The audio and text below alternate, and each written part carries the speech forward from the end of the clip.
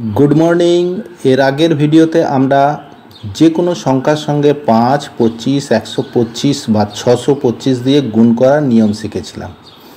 किन्तु आजके आमरा शिखबो 50 काछाकाछि कोनो संख्यार संगे गुण करार नियम। आजके शिखबो 50 थेके दुटो संख्याई यदि किछुटा करे कम हय। 50 के बेस धरे दुटो संख्या प्रथमे लिखे निई 46 और 42 দুটোই হচ্ছে ইভেন নাম্বার। এবার এই সংখ্যা দুটোকে গুণ করার নিয়ম কি, বেস ধরেছি 50, তাহলে এটা 46 50 থেকে কত কম, 4 কম। 4টা আমরা এখানে লিখে নেব, আগে যেরকম 100 ধরে করেছিলাম সেই একই নিয়মে। আর 42 কত কম, 8 কম। এবার 8 আর 4কে গুণ করে দেবো। 8 আর 4কে গুণ করলে 4 8 32 32 এখানে লিখে নিলাম। এবার কোনাকুনি যা আছে সেটাকে বিয়োগ করে দেবো। 46 এর সঙ্গে 8 বা 42 এর সঙ্গে 4, তাহলে বেরিয়ে যাবে 38। এবার 38কে 2 দিয়ে ভাগ করতে হবে, যেহেতু এটা 50 বেস ধরে করছি। আর 100 সময় আমরা 1 দিয়ে গুণ করে দিচ্ছিলাম, কিন্তু এটা 50 বলে 2 দিয়ে ভাগ করে দিলাম, দিয়ে যা বেরোবে সেটাই লিখে দিলাম। 19 বেরিয়ে গেল 38 হাফ। নেক্সট উদাহরণটা দেখো। নেক্সট উদাহরণটা একটু জটিল আছে, ভালো করে লক্ষ্য করবে, না হলে কিন্তু কিছুই বুঝতে পারবে না। এখানেও বেস কিন্তু 50, তাহলে 39 মানে 50 থেকে কত কম, 11। আর 32 এটাও 50 থেকে কত কম, 18। এবার 11 আর 18কে গুণ করতে হবে। 11কে 18 দিয়ে গুণ করলে 198 হচ্ছে। তাহলে কিন্তু এখানে লিখতে পারবো না, যেহেতু একটা সংখ্যা অড আর একটা সংখ্যা ইভেন বলে।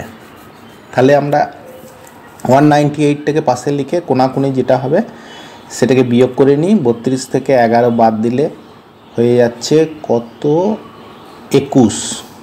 এবার এই 21কে 2 দিয়ে হাফ করে নিতে হবে, যেহেতু 50 বেস ধরে। তাহলে কত হচ্ছে, 10.5। 10.5 যখন এইরকম যখন সংখ্যা বেরোবে তখন এই হাফটাকে কিন্তু 50 ধরে প্রথমে যে গুণটা হয়েছিল তার সঙ্গে অ্যাড করতে হবে, মানে যোগ করতে হবে। এটাকে আমরা 50 ধরে নিলাম, আর এইখানে 198 সঙ্গে 50টাকে যোগ করে দিলাম।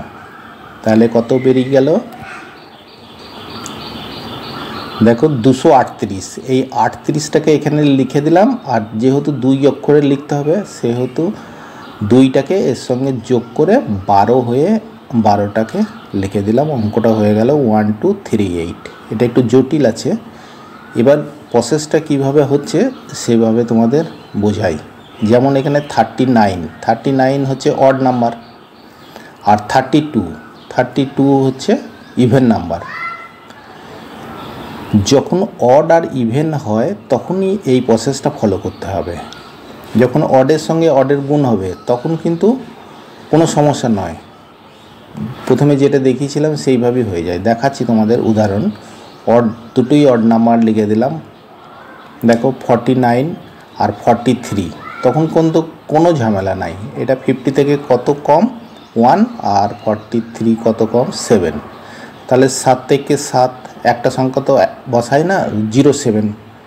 এবার কোনাকুনি বিয়োগ করলে কত বেরোচ্ছে, 42, তার হাফ হচ্ছে 21কে এখানে লিখে দিলেই অ্যান্সার বেরিয়ে গেল। এবার দুটো ইভেন নাম্বার দিয়ে দেখাবো। যে কোনো দুটো ইভেন নাম্বার দেখে 42 আর 48। এবার কত কম, 50 থেকে 8 আর 2। তাহলে এই দুটোকে গুণ করে 16 লিখে দিলাম। এর কোনাকুনি বিয়োগ করলে কত হচ্ছে, যেদিকেই বিয়োগ করো 40 বেরিয়ে যাবে। 40কে 2 দিয়ে ভাগ করলে 20। এই 20টাকে এখানে লিখে দিলেই অ্যান্সার বেরিয়ে গেল। এবার দেখব একটা অড নাম্বার আর একটা ইভেন নাম্বার, ঠিক আছে। এই রকম যখন হবে তখন কিন্তু প্রসেসটাকে মনে রাখতে হবে সব সময়। অড একটা নাম্বার লিখে দিই 47 লিখে দিই, আর একটা ইভেন নাম্বার লিখে দিয়ে 44। এবার এই দুটো প্রসেসটাকে দেখো কিভাবে করছি, এইখানেই বোঝার ব্যাপারটা আছে। বেস 50 ধরে নিই, 50 ধরে নিলে এটা কত কম আছে 3 আর এটা 6, কোনাকুনি গুণ করলে সোজা গুণ করলে 3 6 18, 18টা কিন্তু এখানে আমরা লিখতে পাচ্ছি না, 18টা পাশে রেখে দিলাম এবং কোনাকুনি বিয়োগ করে 41, 41কে 2 দিয়ে ভাগ করলে কত হচ্ছে 20 হাফ।